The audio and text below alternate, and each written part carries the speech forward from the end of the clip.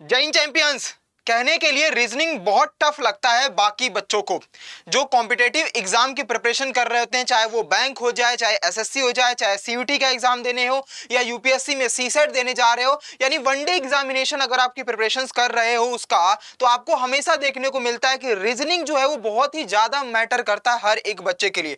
और उसमें भी स्पेशली कुछ ऐसे टॉपिक्स होते हैं जिस पर कमांड बना ली जाए तो इजिली तरीके से रीजनिंग में हाई स्कोर किया जा सकता है। जी हाँ, चाहे वो आपका कैट लेवल का हो, बैंकिंग में आप जा रहे हो, किसी की चीज की प्रिपरेशन कर रहे हो, एनडीए एग्जाम की प्रिपरेशन कर रहे हो, तो उसमें भी आपके जो टॉपिक्स आते हैं पजल वाले, सिटिंग एंड पजल के, वो बहुत ही इंपॉर्टेंट होते हैं। और यहां से आपके 5 नंबर, 6 नंबर, 8 8 नंबर, कभी कभी 12 12 number, 15 15 number, depend on the examination के अकॉर्डिंगली आपके हिसाब से आपके एग्जाम में क्वेश्चन पूछे जाते हैं। लेकिन बशर्ते क्या प्रॉब्लम आती है बच्चा कि जब भी एक बच्चा पजल को सॉल्व करने जाता है वो खुद ही कंफ्यूज हो जाता है कि शुरू कहां से किया जाए।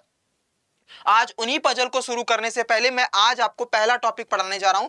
सब टॉपिक सही है आपका, मतलब अगर मैं कहूं तो जो हमारी पजल होती है उस पजल में बहुत सारे टर्म्स आते हैं। जैसे मैं अगर आपके सामने दिखाऊं बेटा, तो अरेंजमेंट एंड ग्रुपिंग में क्या क्या आता है, लीनियर, सर्कुलर, कॉम्प्लेक्स, ये सारे अरेंजमेंट्स जो आते हैं, जो नॉर्मल बच्चा एक देखता है, क्लास सीखता है, उसको समझ में आता है कि कौन कौन सी अरेंजमेंट हो सकती है, कौन कौन सा पजल हो सकता है, क्या सेटिंग और पजल में डिफरेंसेस होते हैं, तो वो डिपेंड द सिचुएशंस के हिसाब से। वैसे देखा जाए तो उसका सेम डीएनए होता है, मतलब जैसे आपके फैमिली में हर एक बच्चे का, हर एक फैमिली का जो डीएनए होता है वो सबका सेम माना जाता है, वैसे ही सिटिंग एंड पजल का डीएनए सेम होता है, बट उनके डिफरेंसेस, उनके बीच में थोड़ा सा डिफरेंस होता है।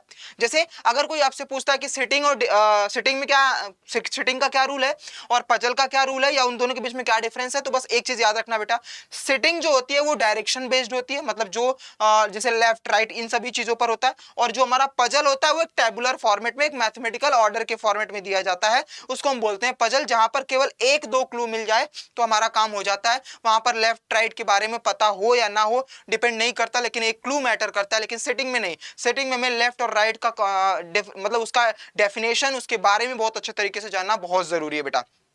तो आज जो सेटिंग अरेंजमेंट हो गया, स्केड्यूलिंग, कैलेंडर बेस्ड पजल हो जाते हैं, ब्लड रिलेशन पजल्स होते हैं, ऑर्डर रैंकिंग होते हैं, बॉक्स वाले होते हैं, रैंकिंग वाले होते हैं, स्टैकिंग वाले होते हैं, स्टैक वाले, टेबुलर फॉर्म में, मैट्रिक्स डेटा के फॉर्म में, फ्लोर बेस्ड होता है, फ्लैट बेस्ड, फ्लैट फ्लोर वाला कॉन्सेप्ट होता है, एज बेस्ड होता है, डायरेक्शन बेस्ड पजल होते हैं, ऐसे बहुत सारे पजल होते हैं। उसमें आज मैं आपको पढ़ाने वाला हूं बेटा एक सर्कुलर वाला, यानी जो हमारा सर्कल्स होते हैं, यानी सर्कुलर अरेंजमेंट होता है। कहने के लिए एक तरीके से आपका ये सिटिंग अरेंजमेंट है बेटा।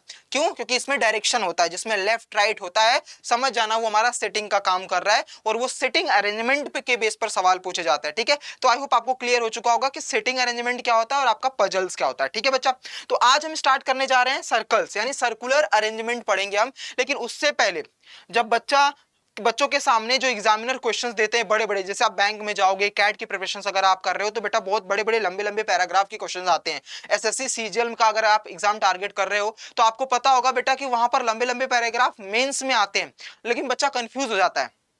सीयूटी में आपको दो दो तीन तीन लाइनों के क्वेश्चंस हो जाते हैं। तो बेसिकली ये जो क्लास मैं आपको दे रहा हूं बेटा, ये क्लास आपके लिए, चाहे वो किसी भी वर्टिकल में हो, किसी भी फेज में हो, चाहे वो यूपीएससी सीसेट में एग्जाम देने जा रहा है तो उसके लिए जो रीजनिंग एप्टीट्यूड वाला काम करता है उसमें भी ये पजल्स पूछे जाते हैं, उसमें भी ये सर्कुलर अरेंजमेंट बहुत इंपॉर्टेंट होता है और यहां से सवाल बनते हैं। तो आज मैं तुम्हें ऐसे क्लू, ऐसे कॉन्सेप्ट पढ़ाऊंगा बेटा, इतना समझ लेना कि हर एक पजल का पोस्टमार्टम करूंगा मैं आपके सामने। आज मैं आपको तैयार करूंगा कि अरेंजमेंट में क्लू कैसे ढूंढते हैं। आज मैं आपके सामने हर एक क्वेश्चंस का पोस्टमार्टम करते हुए दिखाऊंगा कि जब तुम्हारे सामने क्वेश्चंस एग्जाम में आएंगे तो तुम विद इन सेकंड कैसे पोस्टमार्टम करोगे। तो सबसे पहले देखो क्वेश्चंस पूछे कैसे जाते हैं, मैं आपको एक दिखा देता हूं। कुछ ऐसे सवाल आते हैं, ठीक है, कुछ ऐसे सवाल आते हैं जहां पे कुछ 10 फ्रेंड, 6 दोस्त, 7 दोस्त, 8 दोस्त एक सर्कुलर वे में बैठे हैं, कुछ कंडीशन होती है। उससे पहले मैं आपको समझाऊंगा, जस्ट फॉर एग्जांपल आपको दिखा रहा हूं कि अगर कोई बच्चा नया पहली बार प्रिपरेशन करने जा रहा है तो उसको पता होना चाहिए कि किस टाइप का सवाल आता है। फिर इसके एक एक लाइन, एक एक कीवर्ड पर काम करेंगे बेटा, उसके बाद डिटेल में हम लोग समझेंगे बच्चा। ठीक है, समझ में आया? तो ये एक कहने का मतलब है कि सिटिंग अरेंजमेंट जो होता है, जिसमें हमारा सर्कुलर अरेंजमेंट आता है, उस सर्कुलर में सबसे पहला काम होता है कि आपके सामने 6 2 7 8 9 10 11 12 ऐसे लोगों को बिठाया जाता है। कुछ इनसाइड देख रहे हैं, कुछ आउटसाइड देख रहे होते हैं। कहने का पर्पस ये है बेटा, जैसे मान लो आपके सामने एक सर्कल में अरेंजमेंट बना रहा हूं, ठीक है, मैंने सर्कुलर ड्रॉ करा, एक सर्कल ड्रॉ करा। अब मैंने आपसे क्या कहा कि कुछ दोस्त हैं जो अंदर की तरफ, मान लो यहाँ पर सेंटर है बेटा, तो अंदर की तरफ देख रहे हैं। कुछ दोस्त मान लेते हैं 4 दोस्त बैठे हैं जो कि अंदर की तरफ देख रहे हैं बेटा, ठीक है, पहला कंडीशन हो सकता है। दूसरा कंडीशन क्या होता है, कुछ दोस्त ऐसे हैं जो बाहर की तरफ फेस किए हुए हैं, जैसे मान लेता हूँ 4 और दोस्त हैं जो कि बाहर की तरफ देख रहे हैं, ये कंडीशन हो सकता है। तो आपके सामने कुछ कुछ क्राइटेरिया आती है जो जिस पर बेस सवाल पूछे जाते हैं। तो पहला हमने देखा कि या तो जो फ्रेंड हैं वो सारे के सारे इनसाइड देख रहे हो, मतलब एक सर्कुलर अरेंजमेंट आप बनाने जा रहे हो और सारे के सारे जो दोस्त हैं आपके जो बैठे हैं खाना खाने के लिए डिनर पार्टी पर, वो क्या कर रहे हैं, अंदर की तरफ यानी सेंटर की तरफ मुंह करके बैठे, तो इनसाइड हो गया। दूसरा क्राइटेरिया क्या होता है बेटा, आउटसाइड। आउटसाइड का मतलब बाहर की तरफ। ऐसा हो सकता है कि गेम खेल रहे हैं, एक टेबल के आसपास बैठे हैं और सभी के सभी बच्चे, सभी के सभी दोस्त जो हैं वो बाहर की तरफ देख रहे हैं। 4 दोस्त टेबल पर बैठे हैं, चारों के चारों कहां देख रहे हैं बेटा, बाहर की तरफ। तीसरा कॉम्बिनेशन क्या हो सकता है कि आपसे ये बोल सकता है कि कुछ इनसाइड देख रहे हैं और कुछ आउटसाइड, मतलब इन दोनों का कॉम्बिनेशन, कॉम्बो दिखा देगा कि एक सर्कल है जिसमें से, जैसे फॉर एग्जांपल के लिए ये कुछ आउटसाइड देख रहे हैं, कुछ इनसाइड देख रहे हैं। बस ये 3 टाइप के ही सवाल जिस पर बेस्ड आपके सामने सर्कुलर बेस पर सवाल बनते हैं। और अगर आपको इनके बारे में पता है, इनके कॉन्सेप्ट के बारे में पता है, इनके बीच आने वाले हर एक एक लाइन का क्लू पता है, तो आप मैक्स टू मैक्स 10 से 15 सेकंड में सवालों को निचोड़ करके रख दोगे और 1 मिनट लगते लगते आप ऑप्शन टिक करके आगे निकल जाओगे लाखों बच्चों से। क्योंकि आपको पता है बेटा, कंपटीशन में जब आप प्रिपरेशंस कर रहे होते हो तो उस समय आपको बहुत मायने रखता है क्या, टाइम मैनेजमेंट, और वो टाइम बचाता है क्लू। तो अगर क्लू पता है तो भी आप सवालों को उड़ा सकते हो। तो यहां तक समझ में आ गया। तो 3 तरीके के होते हैं, कौन कौन से, इनसाइड फेस किया हुआ है, आउटसाइड फेस किया हुआ है, या इनसाइड या आउटसाइड। तो कुछ सम पार्ट जो होते हैं बेटा वो इनसाइड होते हैं और सम पार्ट बेटा क्या होता है, वो आउटसाइड होता है। क्लियर हो गया इतना पॉइंट। अब इसमें मैंने बोला था सिटिंग अरेंजमेंट के लिए डायरेक्शन बहुत जरूरी होता है। तो डायरेक्शन 2 ही चीज होता है, या तो कोई आपके लेफ्ट होगा या तो कोई राइट होगा। अब यहां पर आपको समझना है कि लेफ्ट और राइट का कॉम्बिनेशन क्या होता है, फिर मैं उस क्लू वाले पॉइंट पर चलूंगा बेटा। जैसे मैंने एक सर्कल बनाया और मैंने बोला कि आपके 4 दोस्त हैं, चारों दोस्त जो है बेटा, चारों दोस्त हैं वो अंदर की तरफ देख रहे हैं, ठीक है। फिलहाल के लिए, फॉर एग्जांपल के लिए मैं बोल रहा हूं कि 4 दोस्त बैठे हैं और चारों के चारों अंदर की तरफ बैठ रहे हैं। आपको पता करना है कि जैसे अगर आप रफ पर ड्रॉ करते हो लेफ्ट और राइट का, तो आपको बोला जाता है कि आपके जो राइट वाला पार्ट है, मतलब आपका जो पेज है, मान लेता हूं कि ये आपका रफ सीट है, तो जो राइट वाला पार्ट रहता है, राइट वाला, उसको हम ये वाला राइट बोलते हैं, ये हमारा लेफ्ट हो जाता है, राइट लेफ्ट। तो लेकिन सर अगर हमें पेज पर देखना हो, स्क्रीन पर देखना हो, तो हम कैसे पता करेंगे। तो सिंपल सा फंडा है बेटा, क्या कि आपको एज्यूम करना होगा अपने आप को। जैसे मान लो जब कभी भी तुम्हें लेफ्ट और राइट में प्रॉब्लम आ रही हो, यह समझना कि आप उसके सामने खड़े हो। आप कहां पे खड़े हो बेटा, आप उसके सामने खड़े हो। जैसे मैंने बोला कि इसके सामने मैं खड़ा हो गया हूं यहां पर, ठीक है। अब मेरा ये वाला पोर्शन राइट है, तो ये मेरा राइट है, इसका मतलब ये इधर वाला हिस्सा क्या होगा, राइट होगा। इधर वाला लेफ्ट है तो इधर वाला लेफ्ट होगा। तो बस वही काम करना है बेटा। जैसे अगर मैं मान लेता हूं यहां पे खड़ा हूं, तो मेरा ये वाला पोर्शन है राइट, तो ये हो जाएगा मेरा राइट और ये क्या हो जाएगा बेटा, लेफ्ट। सपोज करो मैं यहां पे खड़ा हूं, ये वाले सर्कल को थोड़ा घुमा दूं और मैं यहां पे खड़ा हूं ऐसे। अगर मैं ऐसे खड़ा हूं बेटा, तो ये वाला पोर्शन मेरा राइट, ये वाला लेफ्ट, तो ये क्या हो जाएगा हमारा राइट, ये क्या हो जाएगा लेफ्ट। समझ में आ रहा है। मान लो मैं ऐसे खड़ा हूं बेटा, मान लो ऐसे खड़ा हूं, ठीक है, तो ये वाला पोर्शन मेरा राइट और ये वाला लेफ्ट, तो ये मेरा राइट हो जाएगा, ये वाला मेरा लेफ्ट हो जाएगा। जब कभी भी लेफ्ट और राइट में कंफ्यूजन आए, बस इतना ही याद रखना है तुम्हें कि हमें अपने आप को वहां पर एज्यूम करना है। जैसे ही अपने आप को वहां पर एज्यूम करोगे, आपको समझ में आ जाएगा कि ये वाला राइट हो जाएगा, ये वाला लेफ्ट हो जाएगा। फॉर एग्जाम्पल के लिए मान लो कि चारों के चारों दोस्त जो है वो आउटसाइड देख रहे हैं, बाहर बाहर देख रहे हैं बेटा, फिर क्या करोगे, कोई बात नहीं, अपने आप को एज्यूम करो। मान लो आप इधर फेस करो, बाहर की तरफ फेस, मतलब जिधर फेस है उधर ही फेस करके खड़े हो जाओ। तो आप ऐसे खड़े हो, तो आपके राइट वाला नीचे हो जाएगा, मतलब ये मेरा राइट बन जाएगा और ये मेरा क्या हो जाएगा, लेफ्ट हो जाएगा। आप यहां पे खड़े हो लेकिन फेस बाहर की तरफ है, एज्यूम करो जैसे आप ऐसे खड़े हो, तो आपका राइट ये वाला हो गया और ये लेफ्ट हो गया। तो ये वाला जो हो जाएगा मेरा क्या हो जाएगा बेटा, राइट, और ये हो जाएगा लेफ्ट। ये हो जाएगा राइट, ये हो जाएगा लेफ्ट, ये हो जाएगा राइट और ये हो जाएगा लेफ्ट। समझ में आ गया आपको। सिंपल सा है कि लेफ्ट राइट हम कैसे पहचानते हैं। तो जब कभी भी प्रॉब्लम्स में अगर लेफ्ट राइट समझ में नहीं आता, बस इतना ही याद रखना कि आपके राइट वाला राइट हो जाएगा और इस लेफ्ट वाला क्या हो जाएगा, लेफ्ट हो जाएगा। डन, क्लियर हो गया बच्चा। अब जैसे मैंने आप लोगों को पॉइंट बताया था कि आपके सामने 6 दोस्त, 7 दोस्त, 8, 9, 10, 11, 12 ऐसे सर्कुलर पर बिठाने के लिए आपके सामने सिटिंग पजल का कॉन्सेप्ट नजर आता है। अब मैं आपको, जैसे यहां पर क्या लाइन लिखा है, इसने लाइन टू लाइन लिखा है ना कि यहां तक तो इंफॉर्मेशन होती है, यहां से लेकर के बेटा यहां तक तो इंफॉर्मेशन होती है।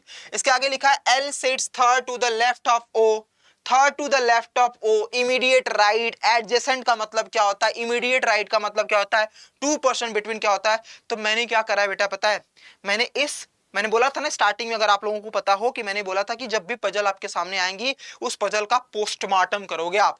तो यहां पर अब मैं पहले कॉन्सेप्ट सिखाऊंगा, सारे के सारे क्लू सिखाऊंगा कि एडजेसेंट का मतलब क्या होता है, इमीडिएट राइट का मतलब क्या होता है, इमीडिएट लेफ्ट का मतलब क्या होता है। ऐसे तो हर एक जो पजल में जो सब पार्ट होते हैं, जो सिटिंग एंड पजल में जितने भी, जैसे चाहे आपके फ्लोर बेस्ड हो गए, चाहे फ्लैट वाले हो गए, चाहे सिटिंग अरेंजमेंट हो गया, चाहे डबल सर्कल सर्कल वाला हो गया, चाहे रेक्टेंगल वाला हो गया, कभी भी आपके सामने कोई आता है ना तो हर एक का क्लू है। ऐसे आपके सामने वीडियो आती रहेंगी बेटा, और हर एक चैप्टर का कॉन्सेप्ट पहले समझाता रहूंगा, उसके बाद सवालों को मैं प्रैक्टिस करवाऊंगा, ताकि आपका नॉलेज और आपका कॉन्सेप्ट इतना स्ट्रांग हो जाए कि सवाल मैक्स टू मैक्स 15 से 20 सेकंड में उड़ाओगे, और जितना तुम्हें टाइम लगता है ऑप्शन को टिक करने में, यानी 1 मिनट में एक पजल आराम से तुम 5 नंबर लेकर के जा सकते हो, 3 नंबर 5 नंबर जितना भी आता है। तो ये कुछ सवाल है, इसको हम लास्ट में करेंगे। पहले मैं ना हर एक लाइन का क्लू लिख करके लाया हूं। जैसे पहला, अब मैं 1 बाय 1 समझाते चलूंगा, इसको समझते चलना और साथ के साथ बनाते चलना, ताकि तुम्हारे दिमाग में फिट हो जाए बेटा। देखो ये सारी जो आपके सामने दिख रहा है ना, ये सारा का सारा यहां से लेकर के यहां तक मैंने हिंदी और इंग्लिश दोनों में रखा है, ताकि अगर कोई बच्चा हिंदी मीडियम का हो चाहे इंग्लिश मीडियम का हो, उसको क्लियरफाई हो कि हमें क्या करना है, कैसे समझना है। तो हिंदी वाले बच्चे यहां से पढ़ेंगे, इंग्लिश वाले बच्चे यहां से पढ़ेंगे, ठीक है। कुछ दोस्त हैं ई से एल तक सिटिंग सर्कुलर पर बैठे, इक्वल डिस्टेंस पर बैठे हैं, ये तो इंफॉर्मेशन है। यहां पर बोला सारे के सारे इनसाइड पे दिख रहे। याद रखना, इंफॉर्मेशन पढ़ना बहुत जरूरी होता है कि कहां पर वो देख रहे हैं। कभी कभी ऐसा बोला जाता है कि सारे के सारे इनसाइड देख रहे हैं, कभी कभी बोला जाता है कि सारे के सारे बाहर देख रहे हैं, और कभी कभी आपके सामने बोला जाता है कि कुछ अंदर और कुछ बाहर देख रहे हैं। तो ऐसा कंडीशन आएगा, ये पता तब चलेगा जब हम इंफॉर्मेशन को पढ़ते हैं।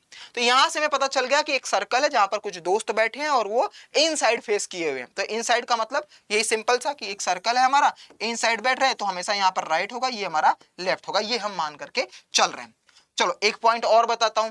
मैंने आपको समझाया सर्कल बना बना करके, लेकिन आपको थोड़ा सा और मान लेता हूं कि मैं 3 सेकंड ही बचाना है, लेकिन बचाना है कैसे, कि अब सर्कुलर बेस्ड पर ना तुम्हें सर्कल नहीं बनाने।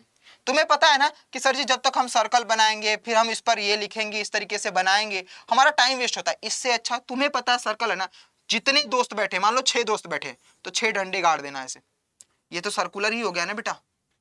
8 बैठे, 1 2 3 4, ये हो गया तुम्हारा। अब बिठाओ यहां पर, हो गया ना सर्कल पूरा। तो तुम्हें थोड़ा सा सर्कल बनाने की भी जरूरत नहीं है, फटाफट तुम्हें लग जाएगा कौन किस प्लेस पर है। तुम्हें इस तरीके से सबको 8 बार ऐसे लिखना नहीं पड़ेगा, पहले स्टार पर दिखा रहे हो फिर बना रहे हो, इसमें मैं कहता हूं कि 2 सेकंड बचा, बट बचा तो फटाफट तुम क्या करोगे, बस लाइनें ड्रॉ कर दोगे और उसको बिठाओ जितना बिठा सकते हो जहां पे, बहुत ईजी तरीके से, ठीक है। तो हम लोग इस तरीके से सॉल्व करेंगे। आई, तो आपके सामने क्या कह रहा है बेटा, सिंपल सा। अब हमारी इंफॉर्मेशन यहां पर है, G sits second to the right of F, F के सेकंड राइट पर जी बैठा है, मतलब दिमाग में याद रखना। अब यहां पर 2 क्लू समझाऊंगा कि मान लेता हूं कुछ दोस्त बैठे हैं, 4 मतलब 6 दोस्त बैठे हैं, ठीक है बेटा। यहां पर जी बैठा है, इसने क्या बोला, G sit second to the right of F, G जो है एफ के दाएं से दूसरा बैठा है, तो ये मान लेता हूं ये इनसाइड है। एफ के दाएं से दूसरा कौन बैठा है, जी। एफ के दाएं से दूसरा कौन बैठा है, जी। अब जरा सोच के बताना, क्या जी का डायरेक्शन पता है कि वो अंदर देख रहा है कि बाहर, नहीं। तो ऐसे ही तुम्हें पजल में समझते चलना है बेटा, जिसके बारे में पता हो बस उसी के बारे में हमें लिखना है, दूसरे के बारे में नहीं। हमें बस इतना पता था कि एफ के दाएं से दूसरे स्थान पर, मतलब एफ के सेकंड राइट पर जी बैठा है। यहां से एक चीज निकल करके आती है, अगर सेकंड राइट बोला इसका मतलब 1 का गैप, अगर थर्ड राइट बोला इसका मतलब 2 का गैप। देखो एफ के 1 के गैप के बाद एक बंदा बैठा है, तो अब आपके सामने first right, second right, third, first right का मतलब इमीडिएट राइट भी बोल सकता है, तो इसको लिख लो, फर्स्ट राइट हो गया, इमीडिएट राइट हो गया, इसका मतलब उनके बीच में कोई पर्सन नहीं आएगा। सेकंड राइट का मतलब उनके बीच में एक बंदा आएगा, थर्ड राइट का मतलब उनके बीच में 2 बंदा आएगा, फोर्थ राइट का मतलब उनके बीच में 3 बंदे आएंगे। जैसे मैंने बोला कि F G sits fourth to the right of F, मैंने क्या बोला, जी सिट्स फोर्थ टू, यहां पर फोर्थ लिख दिया बेटा, यहां पर मैंने fourth to the right of F लिखा। तो आप ऐसे नहीं बनाओगे, पूरा बना रहे हो उसके बाद फिर यहां पर लिख रहे हो G fourth right of F something like that, नहीं, डायरेक्ट लिखो बेटा। क्या लिखोगे, गुरुजी एफ के 3 बंदे बाद कौन बैठ रहा है, जी बैठ रहा है, ऐसे नोट करोगे, फिर सर्कुलर पर आराम से बनाओगे, इजीली तरीके से बन जाएगा। समझ में आ गया। तो एफ और जी के बीच में कितने बंदे आएंगे, 3 बंदे आएंगे। तो 3 बंदे का मतलब फोर्थ राइट पर बैठा है। ऐसे ही लेफ्ट भी हो सकता है बेटा, यहां पर राइट बोला है ना, तुम लेफ्ट भी बोल सकते हो। अगर इसने लेफ्ट बोला होता तो यहां पर बैठ जाता, ये लेफ्ट हो जाता, क्योंकि ये हमारा राइट है और ये हमारा क्या है, लेफ्ट है। समझ में आ गया। तो जितना राइट या जितना लेफ्ट बोले उससे एक कम करके उनके बीच में बंदे बैठते हैं। 6th राइट बोला मतलब कितने बंदे बैठेंगे, 5।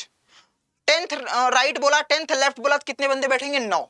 समझ में आ गया, उन दोनों के बीच में उतने परसेंट बैठेंगे, ये हमें समझने वाली बात है। अगला पॉइंट क्या बोला है, there are 2% between L M, तो फिक्स पता है कि एल और एम के बीच में 2 बंदे बैठे। नेक्स्ट अगला पॉइंट क्या बोला है, F sits 4 to the left right, अभी मैंने समझा दिया आपको, पॉइंट्स क्लियर हो गया है ना। फोर्थ राइट मतलब कितने बंदे बैठे हैं, कमेंट करके बताना कितने बंदे बैठे हैं, सर जी 3 बैठे होंगे।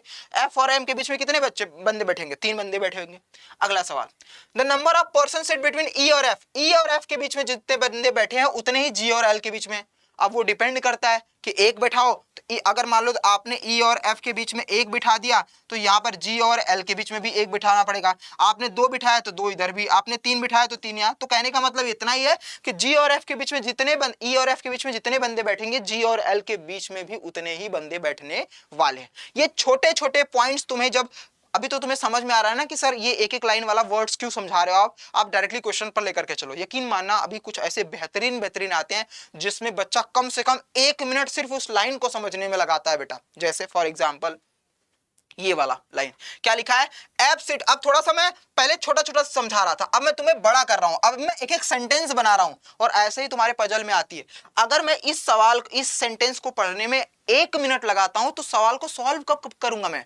और ऐसे 3-3 4-4 सेंटेंस को मिला करके आपके सामने एक पजल आता है बेटा, और उस सिटिंग एंड पजल को सॉल्व करने में आपको 1 मिनट के अंदर ही सॉल्व भी करना और टिक करना, तभी तो आप अच्छे रिजल्ट ला पाओगे, वरना आप फेल हो जाओगे। तो अगर आप इसी को करना चाहते हो, मतलब इसी को 1 मिनट में करोगे, तो ऑब्वियसली आपका रिजल्ट फेल होने वाला ही आएगा। इसीलिए सबसे पहले इसको समझना पड़ेगा। अब इसको मैक्स टू मैक्स 2 सेकंड या 3 सेकंड में हमें समझना है। अब मैं वो क्लू समझाता हूं कैसे, देखो, F sit second to the right of G, F जो है जी के सेकंड राइट पर बैठा है।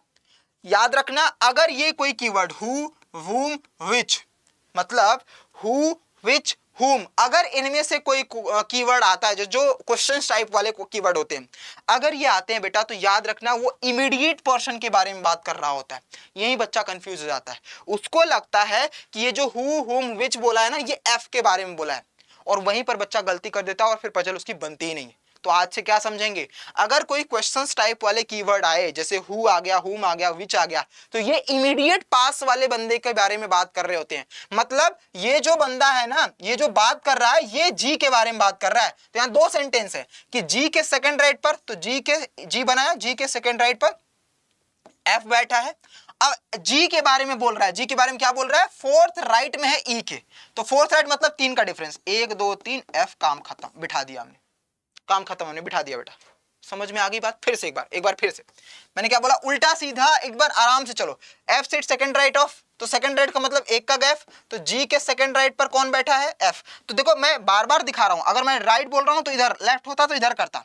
उसके बाद क्या बोलता है, हु, हुम, विच, मतलब जी के बारे में बोल रहा है कि जी के राइट में एफ बैठा है, लेकिन जी जो है ना वो ई के फोर्थ राइट में है। तो 1 2 3 ई हो गया, इसके फोर्थ राइट में जी हो गया। इस तरीके से आप डायरेक्शन बनाओगे, नोट करोगे, एंड देन पजल पर आगे चलोगे। एक और पॉइंट, जैसे वहां पर हुम, विच वर्ड आ रहा था, वैसे यहां पर एंड बट या कॉमा, एंड बट या कॉमा, एंड बट या कॉमा, अगर ये सारे कीवर्ड आते हैं तो आपको क्या याद रखना है, आपको याद रखना है बेटा कि ये सारे कीवर्ड आते ही पास वाले नंबर के पास नहीं, पास वाले अल्फाबेट नहीं, वो दूर बैठे, उस सेंटेंस के दूर बैठे वाले बंदे के बारे में बात कर रहा है। मतलब यहां पर बोला जी जो है वो फोर्थ राइट है एच के, एंड बट या कॉमा, जी ही जो है एल के थर्ड राइट में ही है।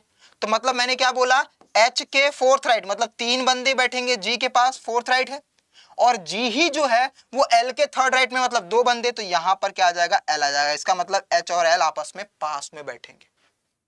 समझ में आ गई बात मैं क्या बोल रहा हूं, एक बार फिर से, G sits fourth fourth to the right of H, तो एच के फोर्थ राइट में कौन बैठा है? जी। मैंने फोर्थ राइट मतलब 3 का गैप, 1 2 3 का गैप, मैंने जी लिख दिया। अब बोल रहा है जी एंड बट या कॉमा आती, ये एच के बारे में नहीं बोलेगा, ये दूर वाले के पास बोल रहा है। अब जी जो है वो थर्ड राइट में भी एल के है, तो थर्ड राइट का मतलब 2 का गैप, तो 2 का गैप यहाँ पर थर्ड राइट ले बोला। समझ में आ रहा है? मजा आ रहा है? क्लियर हो रहा है कॉन्सेप्ट? एक बार अच्छे से इसको रिवाइज कर लेना, नोट कर लेना। मैं गारंटी कहता हूं बेटा कि जब भी आप सर्कुलर, चाहे वो कितना बड़ा बड़ा, चाहे वो मेंस का सवाल क्यों ना हो जाए, जब भी ये तुम मेंस लेवल के सवालों पर जो मतलब जो एक एक पेजेस के पजल्स आते हैं ना, जब तुम उसको लगाओगे तब तुम्हें यकीनन एहसास होगा कि वाह सर मजा आ गया, जो आपने ट्रिक्स एंड ट्रिप्स क्लू दे दिया है। ये सारे बच्चों को पता नहीं होता, हमने उस लाइन का पोस्टमार्टम किया है बेटा। आइए आगे चलते। ऐसे हर एक पजल का, हर एक सब टॉपिक का, जैसे एक सर्कल है, इसके 100 क्लू मैंने लिखे हैं बेटा। फिलहाल मैं 100 नहीं पढ़ाऊंगा आपको, जो मोस्ट इंपॉर्टेंट, बाकी जो इंपॉर्टेंट बहुत इजी होते हैं उसको तुम समझ जाओगे, जो टफ लगते हैं वो मैं तुम्हें समझा रहा हूं ताकि तुम्हारा जो बेसिक लेवल है वो थोड़ा सा तैयार हो जाए। फिर मैं जब आपको डिटेल में पढ़ाऊंगा तो और मैं आपको डिटेल में लेकर के चलूंगा बेटा। हर एक क्लू का 80 90 100 150, फ्लैट 4 के तो 200 तक क्लू लिखे हैं बच्चे। बहुत, हर एक टॉपिक का क्लू लिखा है हमने आपके लिए, ताकि आप पहले उसके क्लू समझ जाओ, कॉन्सेप्ट समझ जाओ, फिर सवालों पर तोड़ सको। यहां पर क्या लिखा है? The immediate neighbour of F. अब यहां पर ना डायरेक्शन के बारे में बात हो रही है, क्योंकि बच्चा गलती मान लो समझ जाता है कि कौन कहां पर बैठ रहा है, लेकिन फेस को देने में वो गलती कर देता है और वहीं पर पजल गलत हो जाती है। क्या बोला? Immediate neighbour of F facing opposite direction to each other. इसका मतलब क्या है कि कहीं पर मान लो एफ बैठा है, मान लेता हूं एफ यहां पर बैठा है, तो इन्होंने बोला है कि एफ का जो इमीडिएट नेबर है, इमीडिएट नेबर का मतलब आसपास वाला, ये भी और ये भी, इन भाई साहब ने कहा है कि जो एफ का इमीडिएट नेबर होगा ना वो अपोजिट डायरेक्शन में एक दूसरे के, मतलब अगर एक अंदर देख रहा है तो दूसरा बाहर देखेगा, दूसरा बाहर देख रहा है तो पहला वाला अंदर देखेगा, ये। लेकिन क्या इससे हम एफ का डायरेक्शन बता पाएंगे? तो तुम कहोगे कांट से, क्योंकि यहां पर एफ के बारे में कुछ नहीं बोला, और जल्दीबाजी के चक्कर में बच्चे क्या करते हैं, अक्सर एफ को इनसाइड दिखा देते हैं। मान लेते हैं कि एफ भी फेसिंग का मतलब है फेस कर रहा होगा, नहीं नहीं, ऐसा गलती मत करना। इसने एफ के बारे में नहीं, एफ के पड़ोसियों के बारे में बोला है कि इमीडिएट नेबर ऑफ एफ जो है, मतलब जो एफ के इमीडिएट नेबर हैं वो अपोजिट डायरेक्शन में फेस कर रहे हैं, मतलब एक अंदर की तरफ तो दूसरा बाहर, ऑटोमेटिकली हो जाएगा। और अगर दूसरा बाहर है तो पहला अंदर। अभी मैं जब सवाल सॉल्व करवाऊंगा तब देखना इसका यूज कितना होता है। आगे फिर उसी पॉइंट में, immediate neighbour of facing same direction, मतलब अगर यहां पर एफ बैठा है तो इमीडिएट नेबर ये वाला, दोनों अंदर देख रहे हैं तो अंदर ही देखेंगे, दोनों बाहर देख रहे हैं तो बाहर ही देखेंगे, मतलब एक अंदर देख रहा है तो दूसरा भी अंदर देखेगा। अगर वो बोलते हैं ना immediate facing to each other, या फिर फेसिंग टू ईच अदर, या फिर सेम डायरेक्शन, तो याद रखना फेसिंग टू ईच अदर का मतलब होता है दोनों इनसाइड देखेंगे। फेसिंग टू ईच अदर का मतलब क्या होता है? दोनों इनसाइड। लेकिन सेम डायरेक्शन का मतलब होता है वो इनसाइड भी देख सकते हैं दोनों और दोनों आउटसाइड भी। तो ये चीज आपको ध्यान रखनी है बेटा। क्लियर हो गया? डन।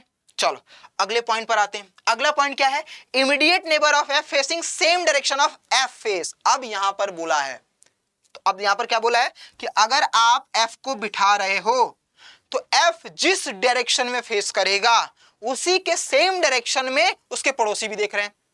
मतलब immediate neighbour of F, F के जो इमीडिएट नेबर हैं, अगर आपका एफ इनसाइड देख रहा है तो आपके एफ के पड़ोसी भी इनसाइड देखेंगे, और अगर एफ जो है वो बाहर देख रहा है तो एफ के पड़ोसी भी कहां देखेंगे बेटा? बाहर ही देखेंगे। इस लाइन का मतलब ये है।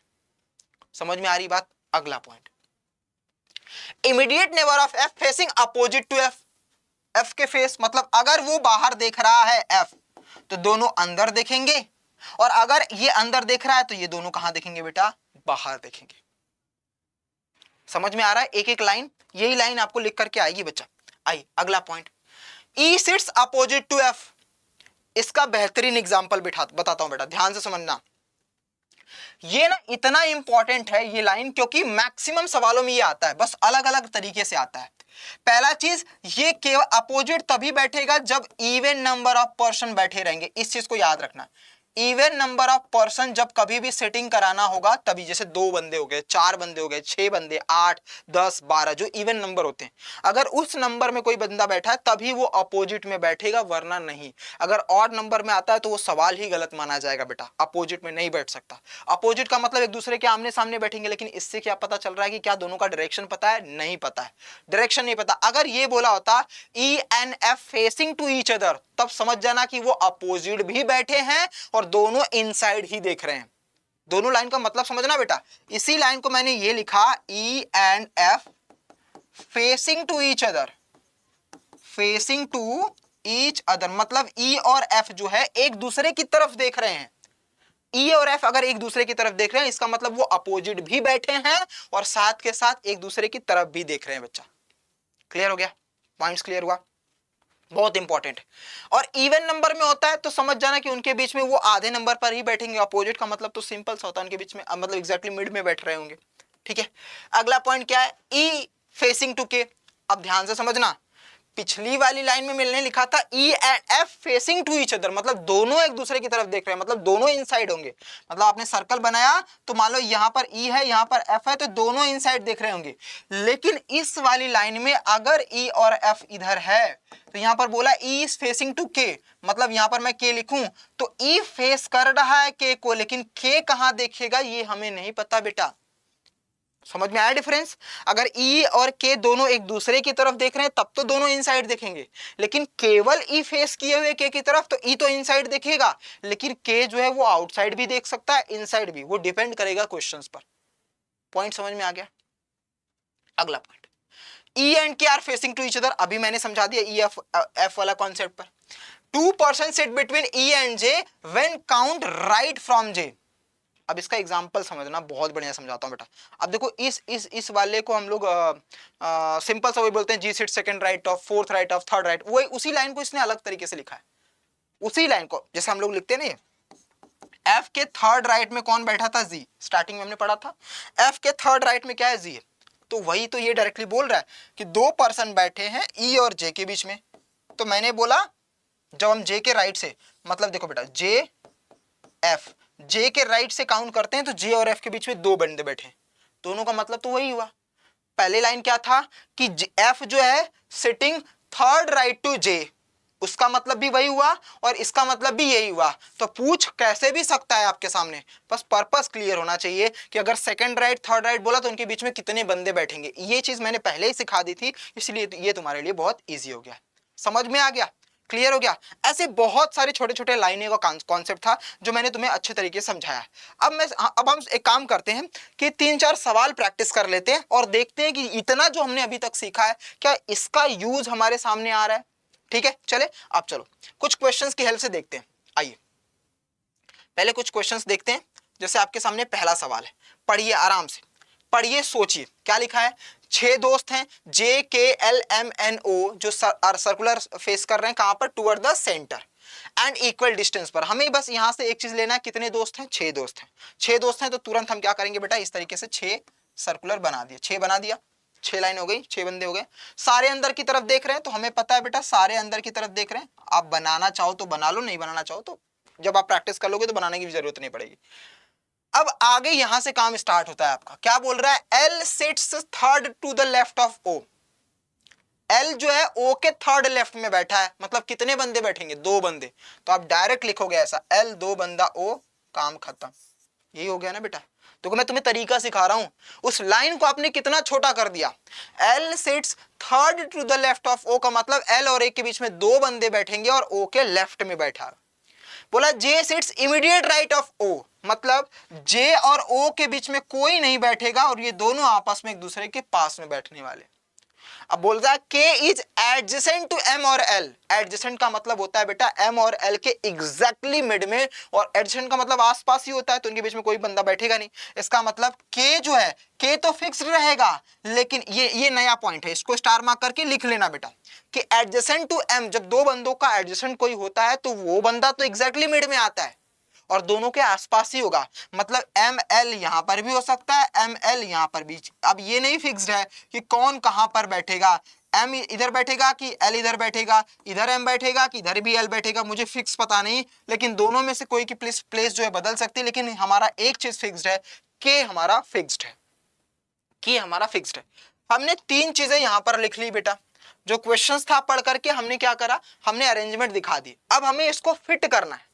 अभी मैं आपको समझा रहा हूं बहुत बेसिक से, जब आप प्रो लेवल बन जाओगे सवालों को प्रैक्टिस कर करके मेरे साथ, तब आप देखोगे कि ये जो अरेंजमेंट मैंने यहां पर लिखे हैं बेटा, इसको लिखने की भी इंफॉर्मेशन जरूरत नहीं है, ये डायरेक्टली यहां पर आप कैप्चर करोगे और आंसर को ऑन द स्पॉट निकाल दोगे। जैसे क्या, जो सबसे बड़ा आपको दिख रहा है, इसमें से क्या क्लू निकल सकता है? देखो जो भी रिपीटेड फॉर्म में होता है ना बेटा, जो भी रिपीटेड फॉर्म में होता है जिससे क्लू कनेक्टेड होते हैं, बस उसी को पकड़ना चाहिए। देखो यहां पर भी ओ है, यहां पर भी ओ है, तो मेरा कॉम्बिनेशन तो हो सकता है 4 बंदे ये एक जे मिला दूं तो 5 बंदे तो हो जा रहे हैं, और टोटल 6 ही बंदे बैठ रहे हैं। तो मैं कहां से काम करना स्टार्ट करूंगा बेटा, मैं पकड़ूंगा ओ को, क्योंकि इसके पास भी ओ है, इसके पास भी ओ, मैंने ओ इधर बनाया। अब देखो बेटा, ओ से 2 मेंबर एल है, लेकिन राइट में नहीं जाना है, लेफ्ट में। क्यों? क्योंकि मैंने यहां पर डायरेक्शन दिखाया है, तो आपको डायरेक्शन भी दिखाना है। तो ये तो लेफ्ट होता है, ये राइट होता है, तो दो इधर से एक बंदा, 2 बंदा छोड़ करके यहां पर क्या आ जाएगा बेटा, एल। ठीक है, ओ और एल आ गया, भले अपोजिट आए उससे फर्क नहीं पड़ता, लेकिन वही चीज हो गई। अब बोलता है जे और ओ जो है वो आसपास बैठते हैं, जे और ओ जो है वो आसपास बैठते हैं। अब मेरे दिमाग में कि ओ तो यहां पर है, लेकिन जे यहां भी बैठ सकता है, यहां भी बैठ सकता है, तो सोचना नहीं, टाइम वेस्ट मत करना कि कहां पर बिठाऊं, फटाक से 2 डायग्राम बना लेना। एक जे यहां पर बिठाना और जल्दी से फटाक से बना लो, ये 6 बन गया, इधर ओ, इधर एल, यहां पर जे। मैंने इधर भी जे बना दिया, मैंने इधर भी जे बना दिया। ये तुम्हारी स्पीड को बढ़ाएगा बेटा, जब तक तुम सोचोगे तब तक तुम दोनों जगहों पर डायग्राम बना करके दिखा दो। उसके बाद क्या बोला है कि उसके बाद क्या बोला, एल के एम, ये तीनों साथ में आएंगे। देखो बेटा एल यहां पर कहां गया, ये रहा एल, तो यहां पर अगर मैंने के रखा तो यहां पर एम आ नहीं सकता, क्योंकि के मिड में आना चाहिए, तो एक ही जगह बचा, ये हमारा के बनेगा, ये हमारा एम बनेगा, तो एल और एम का पड़ोसी हो गया। उसी तरीके से यहां पर देखो बेटा, एल यहां पर है तो के एम नहीं आ सकता, तो यहां पर के आ गया, यहां पर क्या आ गया, एम आ गया, यहां पर के आ गया, यहां पर एम। अब बचा हुआ बंदा कौन है, बचा हुआ बंदा कौन है बेटा, जो भी है, जे के एल एम एन, एन यहां पर बैठ गया हमारा, एन यहां पर बैठ गया। अब दोनों कंडीशन सेटिस्फाइड हो रही है, एक भी गलत नहीं है, एक भी गलत नहीं है, लेकिन एक चीज हम भूल गए, क्या? इसने बोला था J sits immediate right of, right of, immediate right of. देखो यही होता है, मैं आपको आपके सामने आपको पूरे ऑनेस्टी के साथ सिखा रहा हूं कि एक बच्चा क्या क्या फील कर सकता है। मैंने बस इतना पढ़ा कि जे सिट्स इमीडिएट ओ, मैंने बना दिया जे सिट्स इमीडिएट ओ। अगर ये और छोटा हो सकता है बेटा, और छोटा मतलब इसको बनाने की जरूरत ही नहीं पड़ेगी आपको, ये जो मैंने बनाया है ना, ये बनाने की जरूरत नहीं पड़ेगी। लेकिन मैं आपको एक स्टूडेंट की भांति एक बच्चा कैसे सोचता है वो मैं सिखा रहा हूं, कि आपने जल्दबाजी के चक्कर में क्या करा, जैसे पढ़ लिया कि इमीडिएट है, जे सिट्स इमीडिएट ओ, तो आपने क्या करा, इमीडिएट ओ का मतलब दोनों डायरेक्शन में कहीं पर भी बैठ सकता है, तो आप फटाफट दो भाई, जे इधर भी बिठाओगे, इधर भी बिठाओगे। लेकिन वैसे अगर देखा जाए, इसने बोला इमीडिएट राइट, तो ओ के राइट में तो इधर बैठेगा, तो ये बनाने की जरूरत नहीं होगी, ये हमारा कंक्लूजन सही निकल करके आ जाएगा। तो इसमें भी आप टाइम बचा सकते हो। बट बाय द वे अगर आपने गलती कर दी और आपने बना लिया तो भी गलत नहीं होगा बेटा, क्योंकि आपने दोनों सही बनाए, और लास्ट में आप कट हो जाएगा दोनों का, क्या, इमीडिएट राइट था और यहां पर ये इमीडिएट लेफ्ट में है, ओ के इमीडिएट लेफ्ट में जे है, लेकिन हमें तो बोला गया था कि ओ जे जो है वो ओ के इमीडिएट राइट में होने चाहिए, इसलिए ये वाला हमारा आंसर सही बनेगा। अब क्वेश्चन में क्या पूछा था, what is the position of N with respect to K, कहां है भैया, ढूंढो जरा, के ये रहा, एन यहां पर रहा, तो आपके सामने ऑप्शन में क्या आएगा, के 1 2 3 4, फोर्थ यहां पर क्या, 1 2 3 4, फोर्थ राइट बोल दो या फिर सेकंड लेफ्ट बोल दो, दोनों आंसर सही बनेंगे। जो एन है के सेकंड लेफ्ट पर है या फिर फोर्थ राइट पर है, दोनों में से कोई भी ऑप्शन में होगा, आप उसको सही कर दोगे। दोनों में से कोई भी सही आंसर आ सकता है, कि वो आपका सेकंड लेफ्ट भी हो सकता है और फोर्थ राइट भी हो सकता है। ठीक है बच्चा, समझ में आ गया। अगला क्वेश्चन, अगले क्वेश्चन पर आ जाओ। अगला वाला जरा देखो क्या लिखा है, फिर से 6 नंबर है, फटाक से 6 नंबर बनाया, आ जाओ मेरे साथ, पॉज करके आप लोग सॉल्व करोगे। क्या लिखा है, फेसिंग सेंटर पर है, ठीक है भैया, हमने सेंटर की तरफ बना लिया सारे के सारे, ठीक है, सब सेंटर की तरफ देख रहे हैं। यहां पर बोला F is immediate left of G, G के इमीडिएट लेफ्ट में एफ बैठा है। अब हु वर्ड आ गया, तो हु किसको दिखाता है, जस्ट पास वाले, मतलब जी के बारे में। ये देखो कॉन्सेप्ट पढ़ने का तरीका होता है, कॉन्सेप्ट सीखा ना आपने, अब देखो तुम कैसे सीधे सीधे करोगे। Who opposite to A, opposite का मतलब आमने सामने बैठेंगे। ए के जो अपोजिट बैठा होगा, ए के अपोजिट कौन बैठेगा, जी बैठेगा, सिंपल सा। बनाओ बेटा, यहां पर जी हो गया, यहां पर ए हो गया, और जी जो के इमीडिएट लेफ्ट में एफ हो गया। देखो पढ़ते ही हमने यहां से यहां तक को सिर्फ उसको फटाक से डिनोट करके दिखा दिया। कॉन्सेप्ट का खेल था। अगर आपको नहीं होता तो कम से कम 2-3 बार आप इसको पढ़ते तब करते। तो मान लेता हूं मैं 2 सेकंड बचाया तो ये तुम्हें हेल्प करेगा बेटा। अगला line, V is between A and J, इसका मतलब भी समझना। अगर आपके सामने ऐसा आता है कि V इज एग्जैक्टली बिटवीन, इसका मतलब क्या है, या V इज बिटवीन, दोनों मतलब सेम है, और दोनों के बीच में ये पता नहीं है कि अगर V और A, V जो A और J में कितने बंदे बैठे हैं। जैसे उसने ये तो बोला है कि V एग्जैक्टली मिड में आएगा, लेकिन A और J में एक बंदे बैठ सकते हैं, 2 बंदे बैठ सकते हैं, मतलब A से V में भी 2, V से J में भी 2, या 3 बिठा दो, या इनफाइनाइट बिठा दो। बस इतना याद रखना कि इनके बीच में जो बंदे बैठे होंगे उनके बीच में भी बंदों की संख्या बराबर होनी चाहिए। इसका मतलब बस इतना है, एग्जैक्टली बिटवीन बोल दे या बिटवीन बोल दे। समझ में आ रही है बात आपको? तो वही चीज यहां पर भी बोला है कि V is between A and J। तो A और J देखो, अब इसका मतलब क्या है कि या तो एक बंदे, या तो एक भी बंदे नहीं, जीरो भी बैठ सकते हैं, या ऐसा भी हो सकता है A V J इनके बीच में कोई बंदा ना बैठा हो, ये भी हो सकता है। अब जरा इसमें देखना बेटा, अगर मैं 2-2 के बंदे को बिठाता हूं, 1-2, तो यहां पर तो बैठ ही नहीं सकता, तो एक बंदे का छोड़ के बिठाता हूं। अगर मैंने एक बंदे छोड़ करके यहां पर V को बिठाया तो एक बंदे छोड़ करके नहीं आएगा। इसका मतलब क्लियर है बेटा कि ये सब पास में बैठेंगे। यहां पर V बनाया, यहां पर J बनाया, और क्या बचा आपका F G E, E बच गया ये वाला, ये हमारा आंसर खत्म। बस विद इन सेकेंडों में आप उड़ा सकते हो इस तरीके से। आपसे एक क्वेश्चन में पूछा है कि who is the left of E, E के लेफ्ट में क्या आएगा, तो बेटा इस तरफ फेस कर रहे हो तो इधर वाला लेफ्ट होता है, इधर राइट होता है, तो लेफ्ट में इमीडिएट लेफ्ट में कौन आएगा बेटा, who is the left of E, E के लेफ्ट में कौन आ रहा है, ए आ रहा है।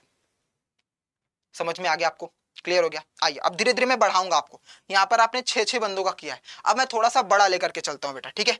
अब मैं 8 नंबर बच्चों का, मतलब अभी तक आपने 2 क्वेश्चंस 6 वाले करे हैं, अब मैं आपको करा, और दोनों इनसाइड ही देख रहे हैं, अब मैं 8 बंदे वाले का करा रहा हूँ इनसाइड, फिर मैं एक क्वेश्चन आपको कराऊंगा कि इनसाइड आउटसाइड दोनों है। तो धीरे धीरे आपको मैं बढ़ाऊंगा बेटा, आपके पैटर्न्स को बढ़ाऊंगा, ताकि आप समझते चलो, लाइन भी लाइन बढ़ाते जाओगे। जैसे देखो पिछले वाले क्वेश्चनों में मैंने क्या कराया, 2-2 3-3 लाइन था, 2-2 3-3 लाइन कराया। अब मैंने इस वाले क्वेश्चन में लाइन्स बढ़ा दी, अब मैंने 4 से 5 लाइन का कर दिया है, और ऐसे ही सवाल बढ़ते हैं बेटा, ठीक है।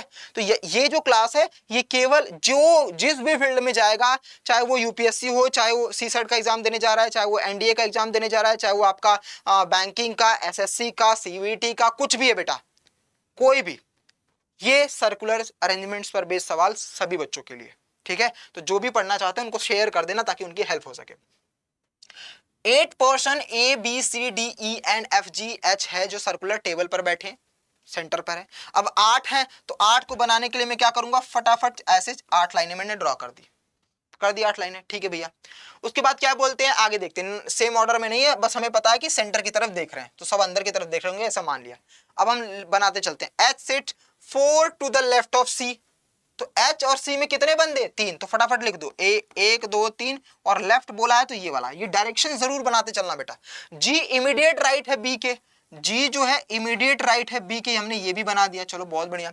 उसके बाद 2 पर्सन बैठे हैं बी और एफ के बीच में, बी और एफ के बीच में 2 बंदे बैठे हैं, लेकिन इसने बोला है हु किसको दिखाएगा, पास वाले को, हु किसको दिखाएगा, पास वाले को। तो बेटा हु मतलब एफ जो बैठा है वो एच के पास बैठा है, ये दिख रहा है आपको एच, ये एफ, इसका मतलब क्या है कि एफ एच दोनों पास में बैठ रहे हैं, तो यहां पर एफ एच, लेकिन ये नहीं पता कि कौन लेफ्ट है कौन राइट है, तो इसको इस तरीके से दिखा देते हैं बेटा। अब देखो कुछ ना कुछ क्लू मिल रहा है, यहां पर एच है, एच के साथ में एफ है, फिर यहां पर बी है, बी के साथ में जी है, देख रहे हो बेटा। तो बस टेंशन नहीं लेना, वहीं से स्टार्ट कर दो। सबसे बड़ा कौन है, सी, तो बनाओ यहां पर सी बना दिया। अब इसने लेफ्ट में बोला था तो लेफ्ट इधर जाएगा, 1 2 3, यहां पर मैंने क्या बना दिया, एच।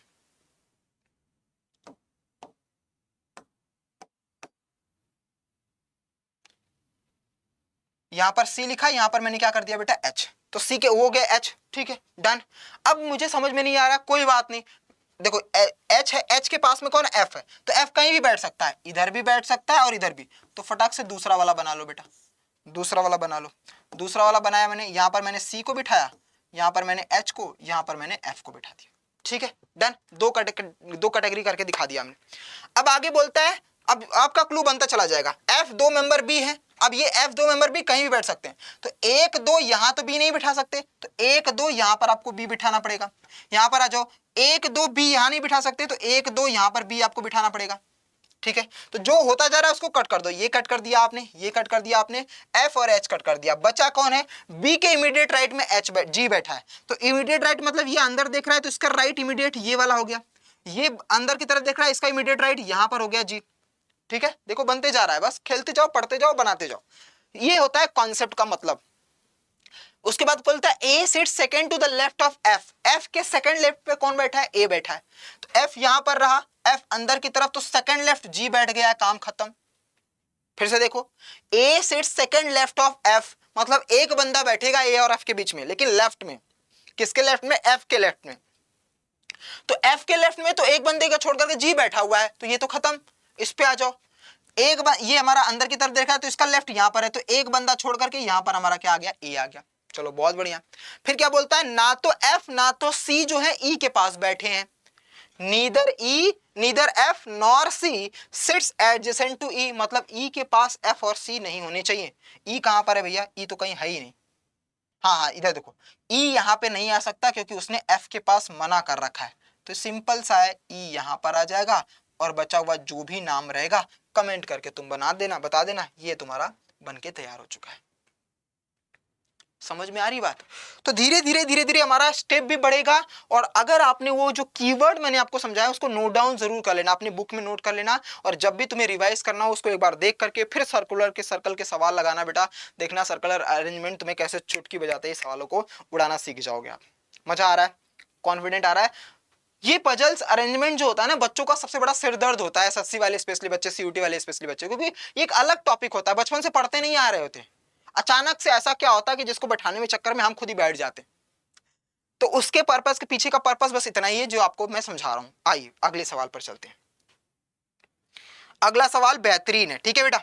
अगला सवाल बेहतरीन, अलग लेवल का, टॉप नॉच लेवल, मतलब ये मान लेना कि ये बैंक और कैट लेवल का है। ये ना तो आपके सीयूटी लेवल पे आएगा, ना तो आपके ये एसएससी लेवल, एसएससी मेंस में आ सकता है ये सवाल। अगर एसएससी ने अपना स्टैंडर्ड और हाई करा तब ये आ सकता है मेंस में, वरना नहीं आएगा। बट फिर भी तुम सीख करके जाओ, ठीक है। अब यहां पर मैंने कभी भी, आप क्वेश्चंस को जब पढ़ोगे ना तो एक अलग लाइन मिलेगी बेटा, अलग थीम मिलेगी। देखो क्या लिखा है, पढ़ना, जरा सोच कर पढ़ना। एक इसका स्टैंडर्ड मैंने ड्रास्टिकली इंप्रूवमेंट कर दिया है। अब सब कुछ मैंने तुम्हें सिखा दिए, सारे कॉन्सेप्ट सिखा दिए, बेसिक लेवल क्वेश्चंस भी करा दिया। अब तुम्हारी दिमाग की बत्ती भी जलाना जरूरी है ना, कि हम किस लेवल की तैयारी कर सकते हैं इन कॉन्सेप्ट की हेल्प से। आइए देखिए, 8 बंदे हैं, ठीक है सर जी, सर्कुलर टेबल पर बैठे हैं, बहुत बढ़िया। फेसिंग इनसाइड द टेबल है and some facing outside the table है। कुछ जो है वो अंदर की तरफ देख रहे हैं, कुछ बाहर। मैंने 3 टॉपिक पढ़ाए थे, या तो वो अंदर देखेंगे, या तो बाहर देखेंगे, या तो फिर अंदर या बाहर। बाहर वाला मैंने नहीं करवाया क्योंकि इसमें वो बाहर वाला भी आ जाएगा। तो कुछ अंदर की तरफ देख रहे हैं, कुछ बाहर की तरफ देख रहे हैं। ठीक है, समझ में आ गया। अब यहां से गेम स्टार्ट होता है।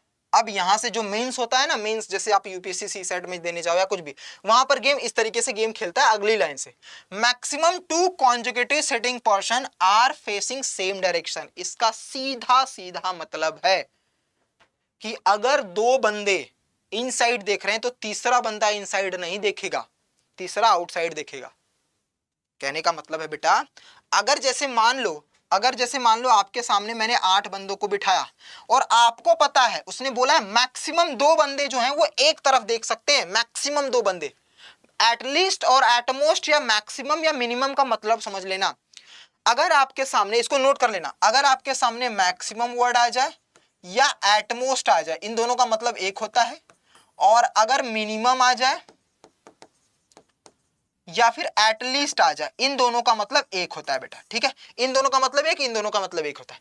इसका मतलब होता है जितना पूछा है उससे कम, उतना या 0 आ जाए। जैसे मैंने बोला एटमोस्ट 2, तो इसका मतलब क्या, 2 भी आंसर तुम्हारा सही है, मतलब उनके बीच में 2 बंदे आ जाए, या उनके बीच में 1 बंदे आ जाए, या उनके बीच में 1 भी बंदा ना आए। ये तीनों आंसर आपके करेक्ट माने जाएंगे अगर मैक्सिमम या एटमोस्ट आता है तो।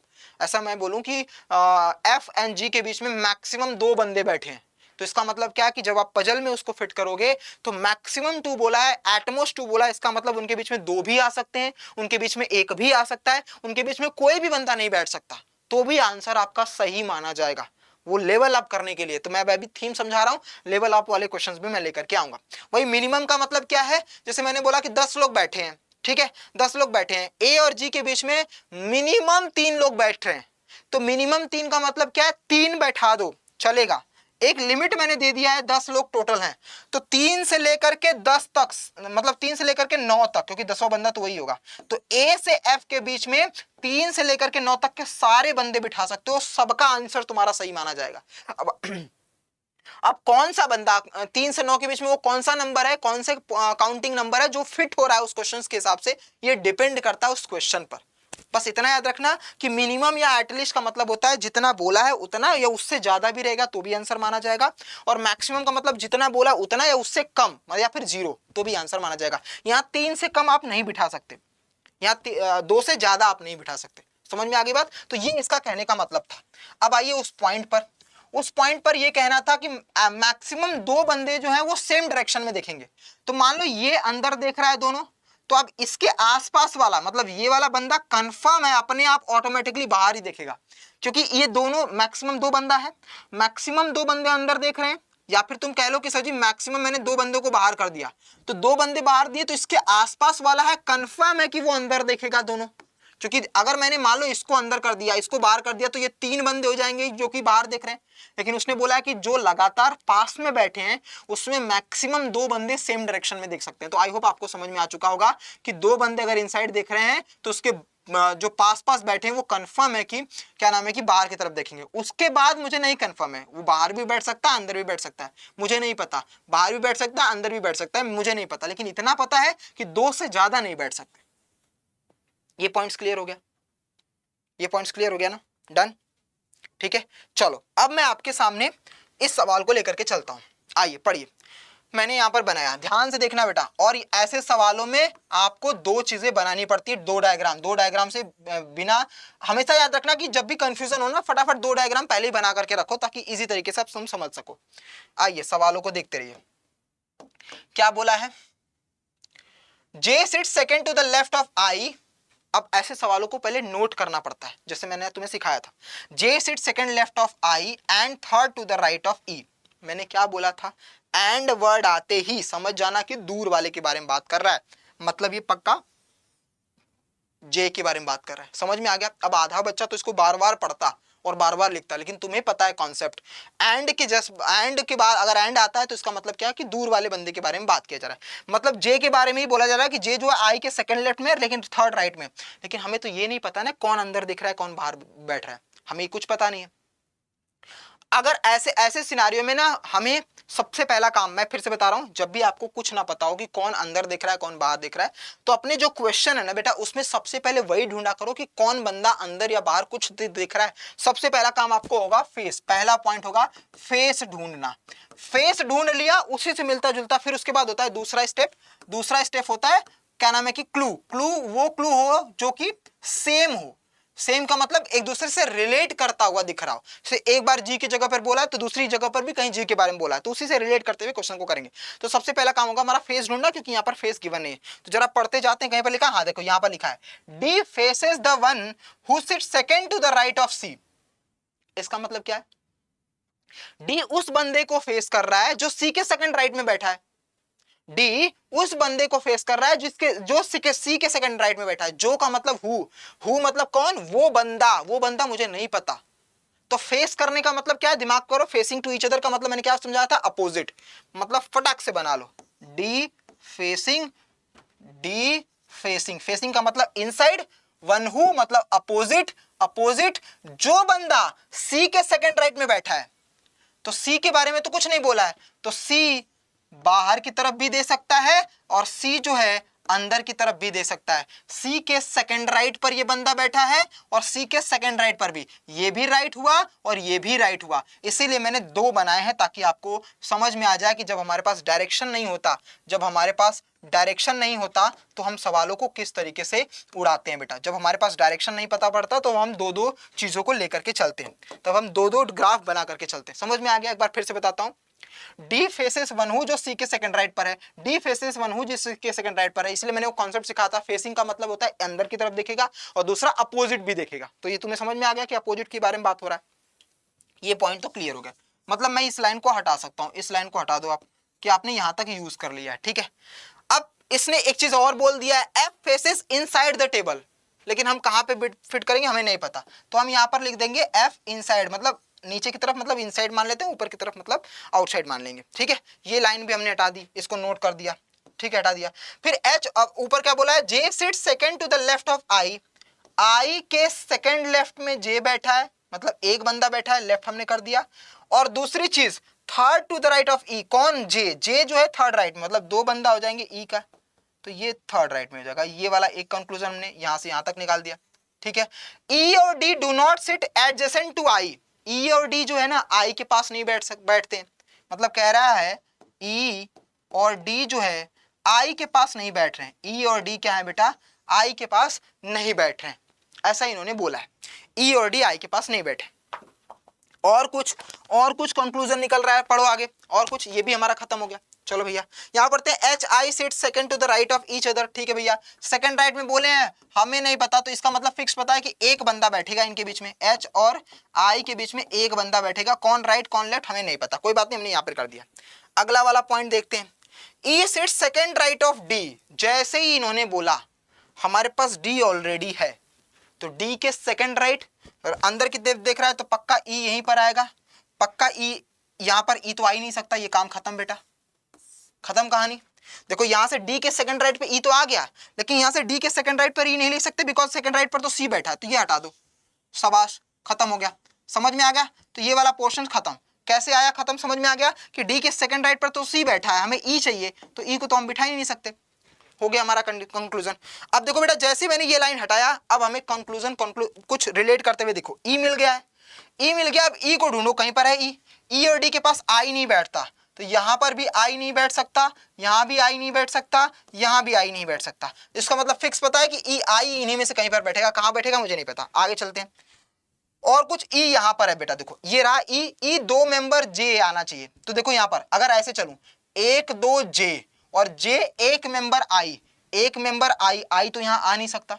फिर से सुनो, ई अगर मैं इस तरफ से चलाऊं, एक मेंबर दो मेंबर छोड़ करके यहां पर अगर मैंने जे रखा बेटा, तो जे को एक मेंबर छोड़ करके आई यहां पर रखो, चाहे एक मेंबर छोड़ करके आई यहां पर रखो, दोनों जगहों पर मना कर रखा है, क्योंकि ये तो हमें नहीं पता ना बेटा कि जे और आई जो है कहां बैठेगा, जे के इस साइड बैठेगा या जे के इस साइड बैठेगा, क्योंकि जे का फेस ही नहीं पता है हमें।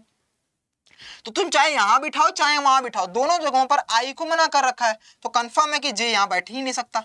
अब जब जे नहीं बैठ सकता तो उल्टा चलो, फिर एक दो यहां पर बैठ जाएगा आपका जे, यहां पर बैठ जाएगा आपका जे।